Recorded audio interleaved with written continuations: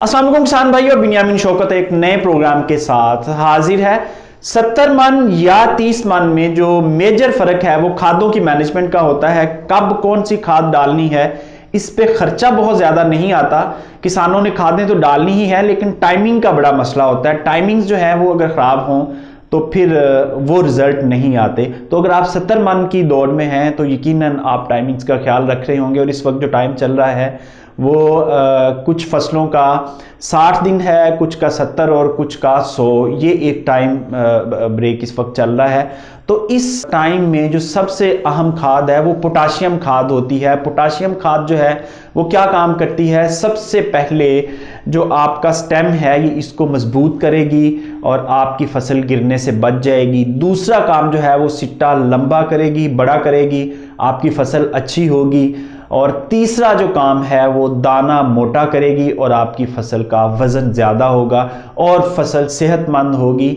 और आप जो सीड ग्रेड है उस क्वालिटी की गंदम पैदा कर सकेंगे। तो पोटाशियम का इस्तेमाल तो बहुत ज़रूरी है, इसमें किसी को कोई शक नहीं होना चाहिए। और ख़ास तौर पर जो कमज़ोर ज़मीनें हैं और रेतली ज़मीनें हैं उनमें पोटाशियम की बहुत कमी होती है। ऐसे इलाके जहाँ नहरी पानी मुसलसल लगता है, नहरी पानी दस्तयाब है, तो वहाँ पोटाशियम की कमी कदरे कम होती है। वगरना हमारी ज़मीनों में हम जहाँ ट्यूबवेल का पानी लगाते हैं या जो हमारे रेतले इलाके हैं, यहाँ यकीनन जो पोटाशियम खादें हैं इनकी डेफिशिएंसी पाई जाती है, ज़मीन में कमी पाई जाती है। इसलिए किसान भाइयों, आप अपनी गंदम को जो पोटाशियम खादें हैं उनका शेड्यूल ज़रा गौर से सुन लें। हमारे पास 3 बड़े सोर्स हैं इस वक्त पोटाशियम खाद के। उसमें नंबर 1 जो है वो MOP आता है, और नंबर 2 SOP है, और नंबर 3 में हमारे पास लिक्विड पोटाशियम खादें हैं। MOP का बता दूं कि मोटियम ऑफ पोटाश जो है ये बेसिकली स्लो रिलीज फर्टिलाइज़र होता है। और अगर आपने ये डालना है तो इसका मतलब है कि पहले पानी के साथ डालेंगे। इसको दस्तयाबी में कम से कम 20 से 25 दिन लग जाते हैं और आहिस्ता आहिस्ता ये रिलीज़ होता रहता है। और जो SOP है वो उसकी जो दस्तयाबी है वो 10 से 15 दिन में होती है, और जो लिक्विड है वो विदिन 1 वीक आपको दस्तयाब होना शुरू हो जाता है आपके पौधे को। तो आप ये देखें कि गोब की हालत से चंद रोज़ कबल जो पोटाशियम खाद है उसका इस्तेमाल ज़रूरी होता है। इससे पहले कर देंगे तो उतना फ़ायदा नहीं होगा, इसके बाद कर देंगे तो उतना फ़ायदा नहीं होगा। तो बहरहाल जो बेहतरीन टाइम है वो गोब की हालत में आने से चंद रोज़ कबल पोटाशियम खाद का इस्तेमाल कर देना चाहिए। तो ऐसे किसान भाई जिन्होंने अभी पहला पानी लगाना है, यानी जिनकी लेट सोइंग है, उनके लिए ज़रूरी है कि वो MOP खाद डालें। MOP स्लो रिलीज़ होगी और आहिस्ता आहिस्ता जब गोब की हालत आएगी तो खाद की दस्तयाबी होगी ज़मीन में, और उनकी ज़मीन जो है वो उसे उठाएगी, पिक करेगी, फसल अच्छी ग्रो करेगी। तो दूसरी सूरत हाल में जो फसल 75 दिन क्रॉस कर चुकी है, 80 दिन की है, तो उनके लिए ज़रूरी है कि वो इस वक्त SOP डालें। SOP खाद जो है वो थोड़ा जल्दी रिलीज़ होती है और ये सल्फेट फार्म में होती है, यानी पोटाशियम की सल्फेट फार्म है, यानी कि इसकी बहुत सारी प्रोसेसिंग ऑलरेडी जो आपका प्रोडक्शन यूनिट है वहाँ हो चुकी होती है, इसलिए ये पौधे को जल्दी दस्तयाब हो जाती है। तो किसान भाइयों, अगर आपकी फसल जो है वो गोब की हालत के पास पहुंच चुकी है तो फिर ज़रूरी है कि SOP खाद आप इस्तेमाल करें। और जो 3 सोर्स मैंने बताए हैं, इन तीनों में जो बेस्ट सोर्स है वो सल्फेट ऑफ पोटाश है।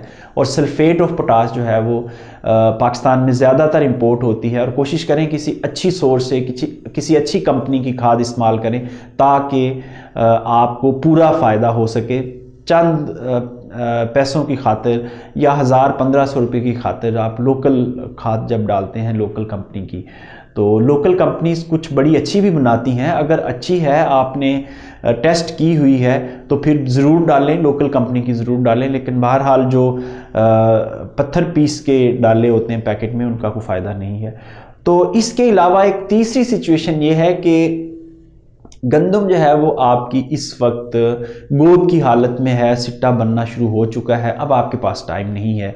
अब आखिरी हल ये है कि आप नेक्स्ट इरिगेशन जब भी आप अगला पानी लगा रहे हैं उसके साथ जो आपकी लिक्विड यानी माया फार्म में आप पोटाशियम खादें मार्केट में दस्तयाब हैं वो आप गंदम को ज़रूर डाल दें, ताकि आपकी गंदम की सेहत अच्छी हो, उसका तना मजबूत हो, उसका सिट्टा लंबा हो और उसका दाने का साइज़ मोटा हो। दाने का साइज़ मोटा होगा तब ही आपकी जो वज़न है गंदम का वो पूरा होगा। बाज़ औक़ात क्या होता है कि हर चीज़ पूरे प्रोटोकॉल्स सही होते हैं गंदम के, लेकिन जो दाना है वो बारीक होता है, यानी जो मोटा दाना है वो 10 दाने और बारीक जो है वो 15 दाने, इतना फ़र्क पड़ जाता है। तो उस तरह फिर जो वज़न है आपकी गंदम का वो भी कम हो जाता है और फिर फी एकड़ पैदावार में उसी तरह बिल तरतीब कमी आती जाती है। तो इसलिए इस वक्त आपको अपनी गंदम का ख़ास ख्याल रखना है। और एक और आखिरी सिनेरियो है, चौथा सिनेरियो ये है।